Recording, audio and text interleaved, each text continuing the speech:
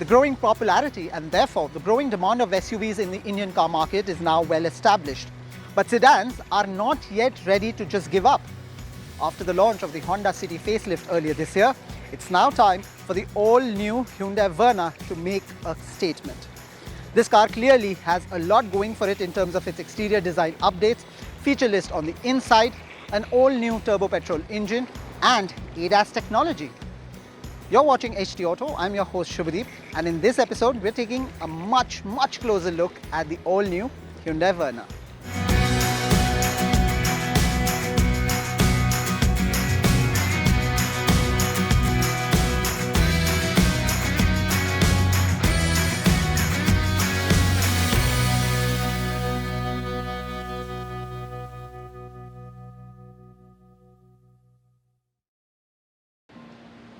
Now, purely in terms of dimensions, the Verna has grown over its predecessor. So it is longer, it is wider, and it has a longer wheelbase, and that last bit is significant because that ideally should translate into more space for rear seat passengers in the cabin. The dimensions of the Verna may still not be exactly class leading, but it does boast of a boot that is the largest in its segment.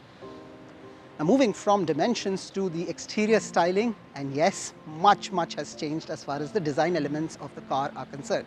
The face is absolutely brand new. The grille has been updated. The headlights that you see here have been updated as well. And the LED DRLs here on either side are connected with a straight line bar here which light up as well. The connected LED bar is there at the rear as well, and you saw it for the first time when the Venue was launched in 2022. The rear design profile otherwise has also received significant updates, and from the side, the length of this car, or the increase in length rather, is also very evident. Now, all variants of the new Verna sit on 16-inch wheels, but if you opt for the top variants, the alloy design and the color will vary. The turbo gets an all-black alloy color theme. Now, exterior design language can be extremely subjective, but personally to me, the sporty design cues on the previous generation Verna were a lot better. This car right here, for all the design updates, does look very elegant, but not quite as sporty as the model it replaces. But that's as much that we have on the exterior bit and the dimensions. It's also time to take a closer look at all the updates inside the cabin of this car. So come, let's take a look. Now, being a Hyundai, the Verna obviously is loaded to the brim with features. This car gets an 8-speaker Bose audio system, wireless phone charging, cool glove box, and multiple storage options as well as smartphone charging options as well, all across the cabin. The big highlights though in terms of feature updates are a new 10.25-inch infotainment screen that is connected to the driver display and has a curved format to it. For me though, the biggest highlight is that apart from the front seats being cooled, now also offer heated functionality if you're someone who lives in slightly cooler climates of the country. The Verna also gets an absolutely new switchable type control for the infotainment screen. So at the touch of a button, you can control the air conditioning of the vehicle, press another button and the interface changes for controls of the infotainment screen. There are two upholstery and dashboard color options depending on the variant that you will select. The one that we're sitting in has a black and cream color tone to it. It looks very premium and does extend a lounge-like feel to the Verna's cabin, except that it could be very difficult to maintain in Indian conditions. Now, while the design layout and features are shared between the turbo and non-turbo versions of the Verna, the color theme are different. The red and black on the turbo version tells you instantly that this is the more powerful version of the sedan. There is some contrast stitching both on the seat as well as on the door, and there is a red line that runs across the AC vents on the dashboard. Now, here at the back seats you do get that conventional red AC vent. There are two Type-C charging points. Now, if you don't have an adapter which is compatible with Type-C ports, you'll have to buy a converter. But it is there here, and the center console doesn't jut back all that much, so that's great as well. Which gets us to perhaps the most crucial aspect of the new Verna: space and comfort. Now, one of the biggest complaints that I and many Verna owners have had over the years is that the rear seats were always quite cramped. In the new Verna, the extended wheelbase has clearly translated to more space here at the back.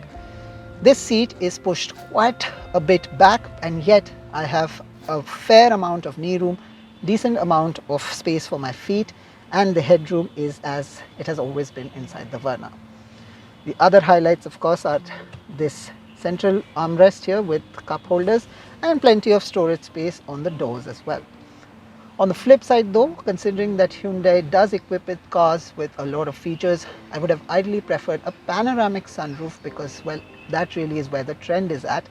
Instead, on the Verna, you get a conventionally sized sunroof. Now fortunately though, you do get a rare sun blind just in case you're traveling in hot conditions and over an extended period. Now for all of you who absolutely love long drives, Verna is promising a whole lot in terms of its mechanics. The 1.5 litre naturally aspirated petrol motor has been carried forward, and that's the one we're driving first up. The 1.5 litre naturally aspirated petrol motor is a familiar one. The engine inside the Verna churns out 115 horsepower and offers 144 Newton meters of torque. Response to throttle input is almost instant.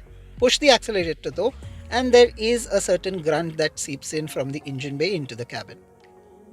And even though the NVH levels are well under control, this can be a bit of a dampener. Now, in terms of sheer drive dynamics, there are certain things that have been carried forward and certain changes that are instantly evident. For example, the steering wheel setup is typically light, which means that driving the Verna in congested cities would be quite easy. But on open road stretches like this expressway, I would have ideally wanted much more feedback coming in from the steering wheel. Hyundai began introducing ADAS technology to its vehicles with the Tucson, and now it is the Verna's turn to get it as well. The level 2 ADAS technology on the Verna includes collision avoidance assistance and warning, junction turning alert, blind spot collision avoidance assistance. But the one that we mostly used in our test drive was the lane follow assist with lane keeping function, an advanced collision warning system. Driving on open expressways like this allowed us to test some of these functions, but we once again urged that when you do make use of ADAS technology, you do so with utmost care and be aware at all times of all the surroundings. While this car does satiate most of the driving needs, it is the enthusiastic 1.5 turbo that is going to appeal to a younger generation of car buying audience.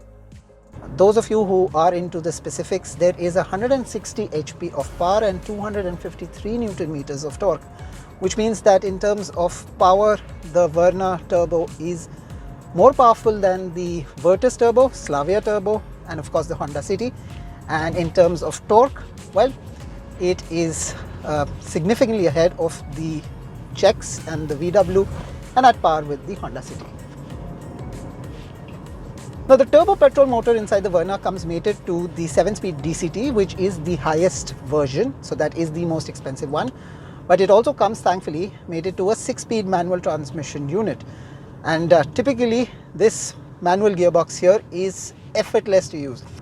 Now the throws are short, they're crisp, and the response from the engine as you build up pace and momentum is absolutely brilliant. So push of the throttle and the Verna gets a move on quite aggressively. Now because you won't always be driving on buttery smooth expressways, we put the Verna turbo to its test on congested city roads as well.